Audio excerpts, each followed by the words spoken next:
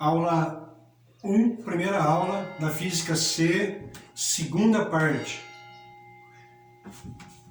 Essa segunda parte dessa primeira aula da Física C é sobre corrente elétrica.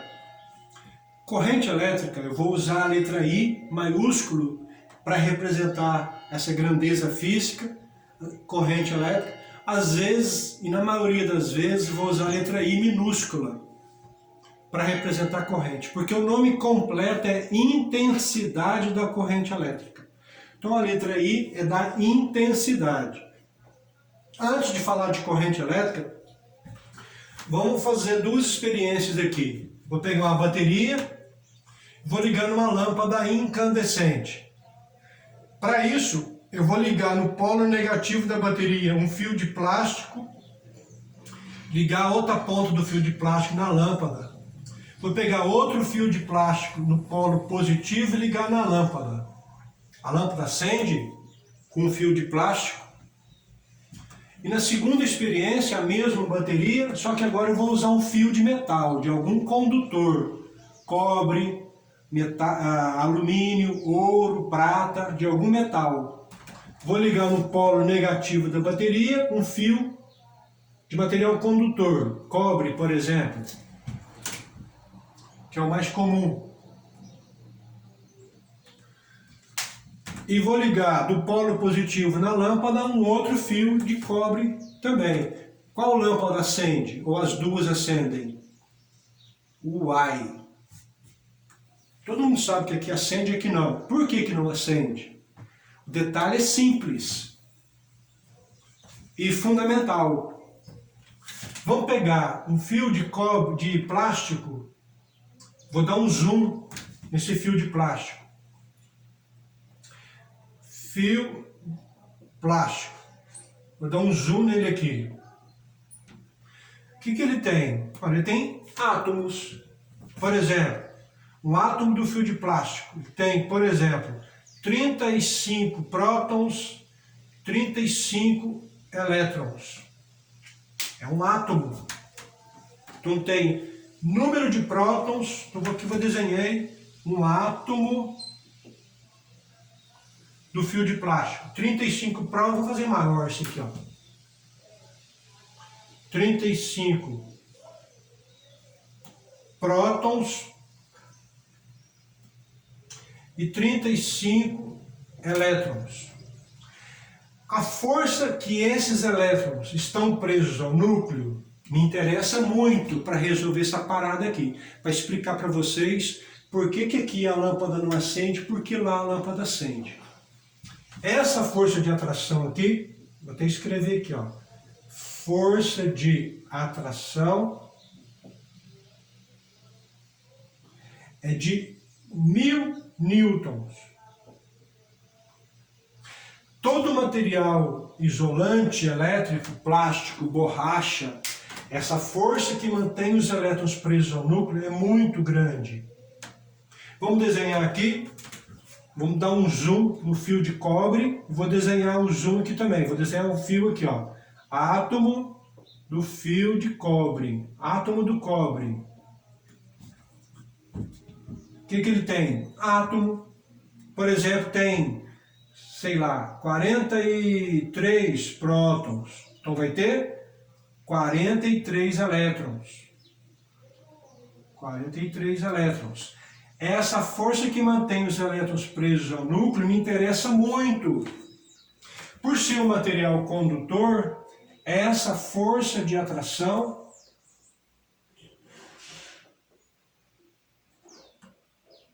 é muito pequena. É de 5 newtons.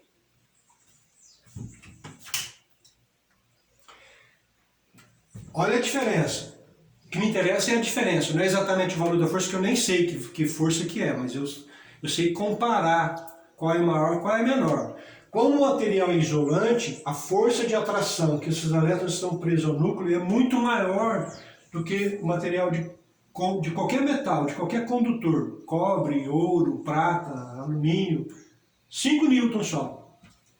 Bom, e daí? O que vai rolar dessa força? Ora, Então imagina esse átomo aqui, ó.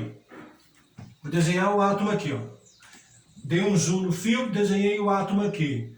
O átomo tem 35 prótons, 35 elétrons, e esses elétrons presos ao núcleo com uma força de atração de 1000 newtons. Presta atenção aqui agora. No exato momento em que eu peguei o fio e liguei no polo negativo, esses elétrons do polo negativo da bateria não vão exercer uma força de repulsão sobre esses elétrons do átomo, do fio do plástico?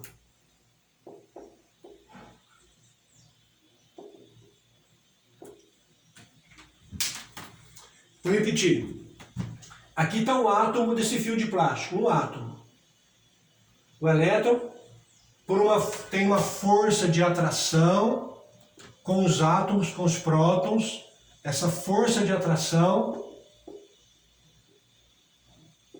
é de 1000 newtons. No exato momento em que eu liguei o fio, que eu encostei o fio no polo negativo, esses elétrons do polo negativo, aqui está cheinho de elétrons, por isso que o polo é negativo. Aqui está com falta de elétrons, por isso que o polo é positivo. Esses elétrons não vão exercer força de repulsão sobre os elétrons, negativo com negativo não repele. Então sobre esses elétrons aparece uma força de repulsão de 100 newtons.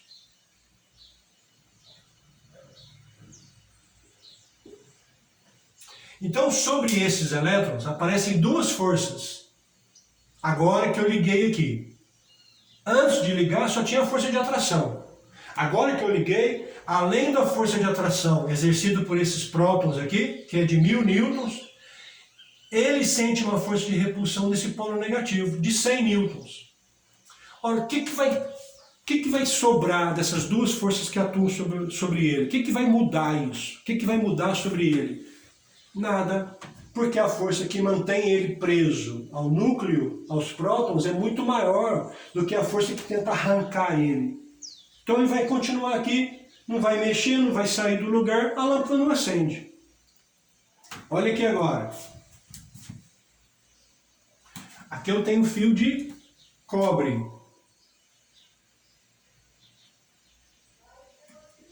Eu vou desenhar esse átomo aqui, ó, como se ele estivesse bem pertinho do polo negativo. Então esse átomo tem 43 prótons, portanto tem 43 elétrons. Então, sobre esses elétrons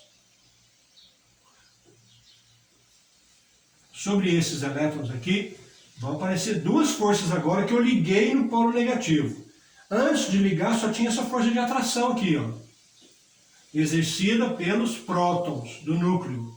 Força de atração de 5 newtons. No exato momento em que eu liguei o fio no polo negativo, esses elétrons do polo negativo exercem uma força de repulsão sobre esses elétrons. Então, sobre eles agora, sobre esses elétrons, aparecem duas forças. Uma de atração, exercida pelos prótons, e uma de repulsão, exercida pelo polo negativo, igualzinho aqui. A força também é de 100 newtons. 100 newtons.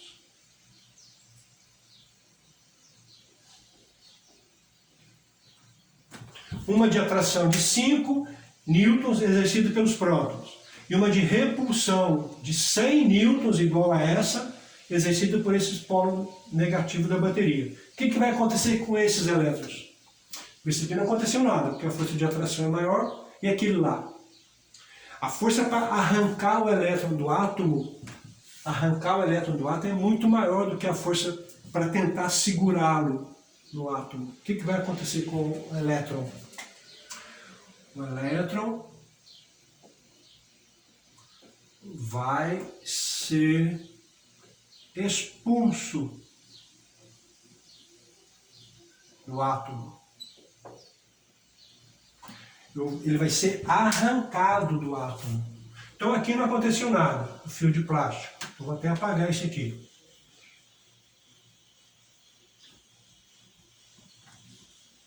Então o elétron vai ser arrancado. Então vou desenhar de novo aqui, ó. que está a bateria, com seus dois polos, um com falta de elétrons, o outro com excesso de elétrons. E aí eu tenho a lâmpada incandescente. Agora, não vou nem mexer com plástico mais, agora eu vou mexer com cobre, ou alumínio,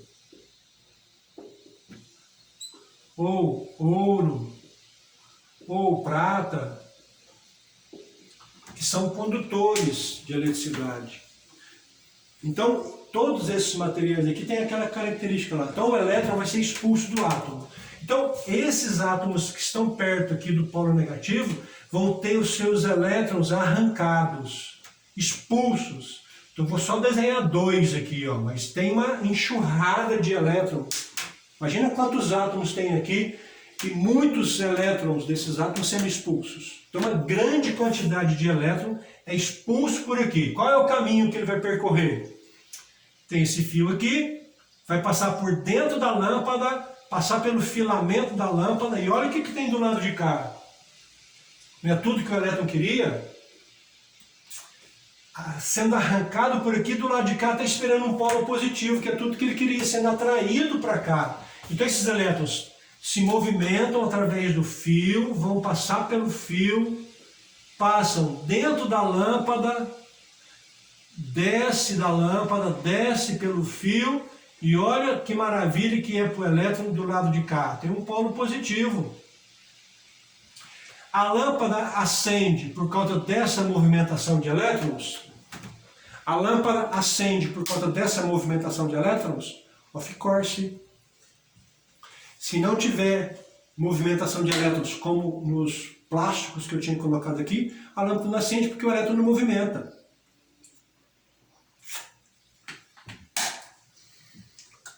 Essa movimentação de elétrons garante que a lâmpada acende. Certo? Entenderam por que o elétron movimenta? Por causa da diferença das forças de atração e repulsão no exato momento que eu liguei no polo negativo. E para completar, para melhorar mais ainda a situação para o elétron, tem um polo positivo de cá atraindo ele. Então repele do lado de cá, ele faz isso aqui, ó, rapidamente, naturalmente. Essa movimentação de elétrons é chamada de corrente elétrica. Só isso. O que é corrente? Movimentação de elétrons. Então, definição de corrente elétrica.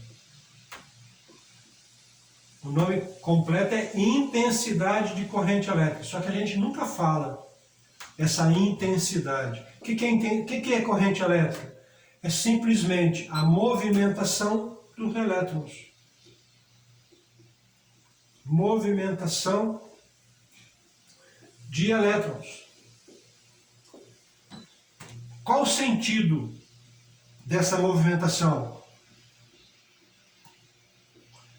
Sentido da movimentação.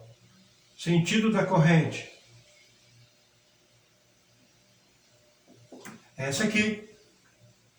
Do polo negativo da bateria para o polo positivo da bateria. Né? Chamado de sentido real da corrente elétrica. Como é que nós vamos medir essa corrente elétrica?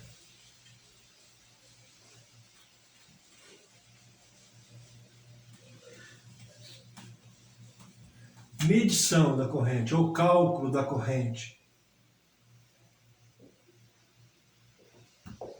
Ó, já não vou escrever corrente elétrica mais não, que gasta muita tinta. Eu vou usar a letra I, que representa a corrente elétrica. Geralmente a letra I minúscula. Como é que nós vamos calcular a corrente?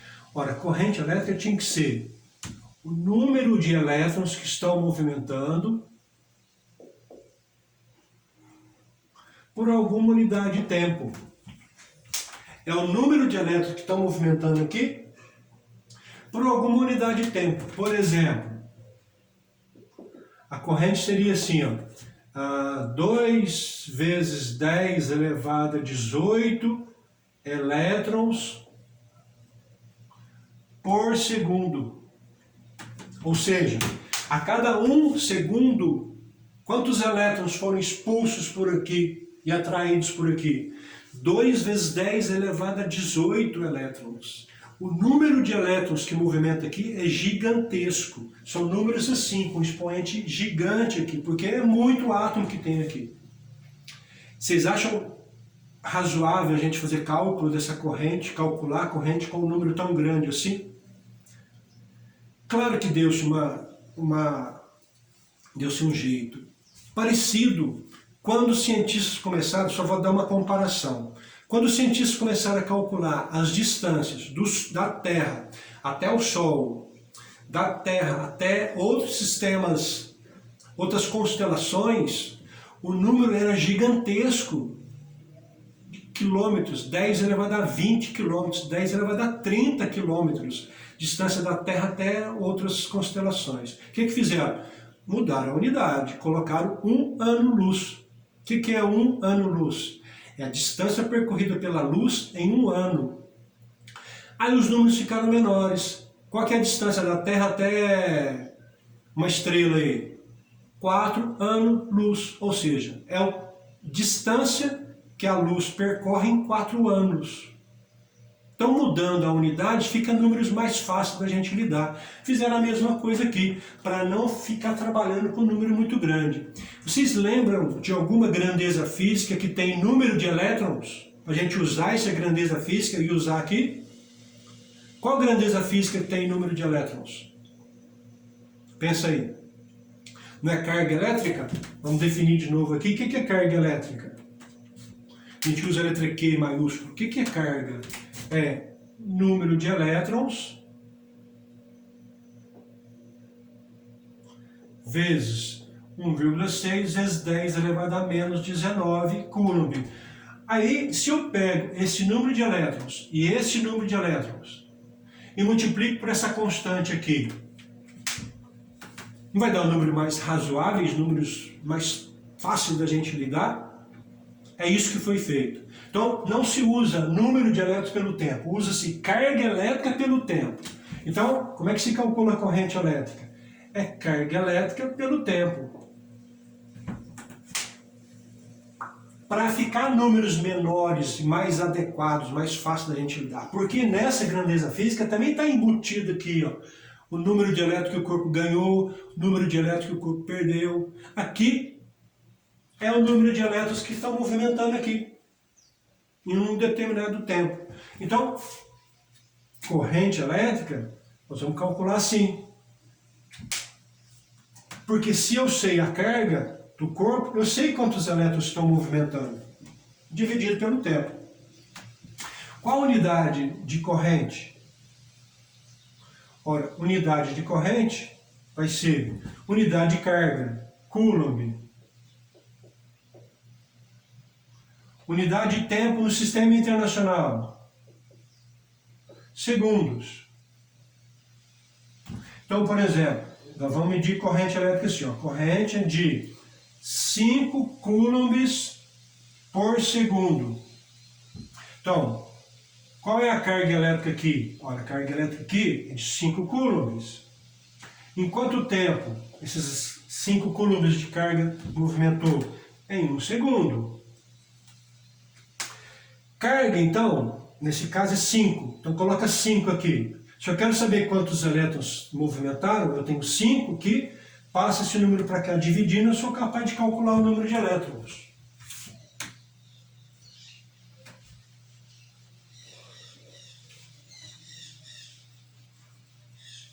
Então, a corrente elétrica seria de 5 coulombs por segundo. Vou dar outro valor, um outro número aqui. 0,2 coulombs por segundo. Ora, qual é a carga elétrica aqui? A carga elétrica aqui é 0,2 coulombs. Em quanto tempo? Em 1 segundo. Geralmente o tempo que a gente usa é sempre segundo. Agora a carga elétrica pode mudar. Então eu sei que a carga é 0,2. Se eu quero saber quantos elétrons movimentaram nesse 1 segundo, coloco a carga aqui de 0,2. Passa esse número para cá dividindo, vou calcular quantos elétrons movimentaram em 1 segundo. Só que, em homenagem a um cientista francês, não se usa coulomb por segundo. Usa o sobrenome do francês aqui, que é Ampère. A gente usa a letra A maiúsculo para representar ampere, é o nome do francês. Então a gente vai escrever assim, que a corrente 0,2 amperes. O A maiúsculo, sobrenome do cara. Não pode esquecer que esse ampere é coulomb por segundo. Aqui a gente iria escrever que a corrente é de 5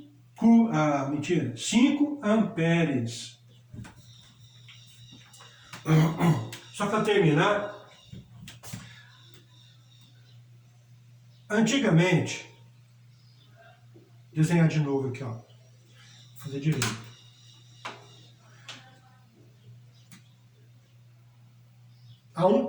Quando os primeiros cientistas começaram a estudar o que estava acontecendo, por que a lâmpada acendia, quando eu usava um fio de material condutor aqui, por que a lâmpada acendia, os cientistas da época achavam que a partícula que estava movimentando era uma partícula positiva.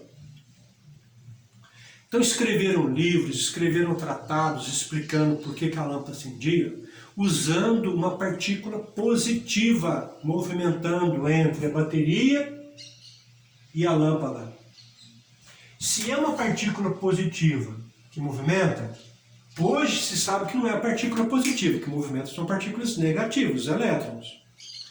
Se fossem partículas positivas, qual seria o sentido delas? Ora, o polo positivo iria repelir esses prótons, eles iriam passar por dentro da lâmpada, descer da lâmpada, e olha o que estava esperando os prótons aqui.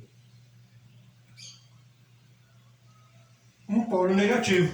Então, essa corrente formada por prótons, que é coisa dos antigos físicos, dos primeiros físicos, é chamada de corrente elétrica convencional. Por que simplesmente não descartaram essa corrente? Porque escreveram livros, tratados, um monte de coisa bacana, tudo certo, os fenômenos que eles encontraram, as explicações que eles deram, tudo correto. O único erro que eles cometeram foi achar que a partícula que movimentavam aqui, a partícula que movimentava era próton. Então, para não jogar tudo fora que eles fizeram e aproveitar tudo que eles fizeram, porque estava tudo certo, chama até hoje essa corrente aqui de convencional.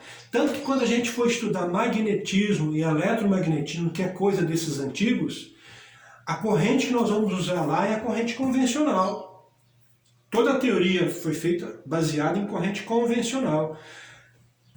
Então, mas hoje em dia a gente sabe que a corrente real, a corrente elétrica real, a verdadeira, é formada por elétrons, porque nós sabemos que os elétrons que movimentam são os elétrons que estão do lado de fora dos átomos. Como é que o próton que está dentro do núcleo vai movimentar? Não, o próton fica sempre parado. Mas só que na época eles nem conheciam o próton, o elétron, ainda não estava definido o átomo, mas eles já descreveram um monte de fenômeno bacana, tudo certo. Só que achavam que era partícula positiva. Então, vocês vão ouvir sempre esses termos. A corrente convencional, põe na cabeça de você. O que é corrente convencional? Feita por prótons. Mas os fenômenos, o tipo de cálculo é sempre o mesmo. E nas nossas aulas eu vou tratar sempre da corrente real, porque é o polo negativo que repele elétrons, já apaguei aqui, né? Então a corrente real é feita por elétrons, movimentando em sentido contrário. O elétron que faz esse movimento aqui, esse é real. Mas só muda o sentido, os cálculos é tudo igual, carga pelo tempo, igualzinho, tá? Então, é isso. Então, primeira grandeza elétrica que nós já estudamos, carga elétrica. Segunda grandeza importante, corrente elétrica. Falou?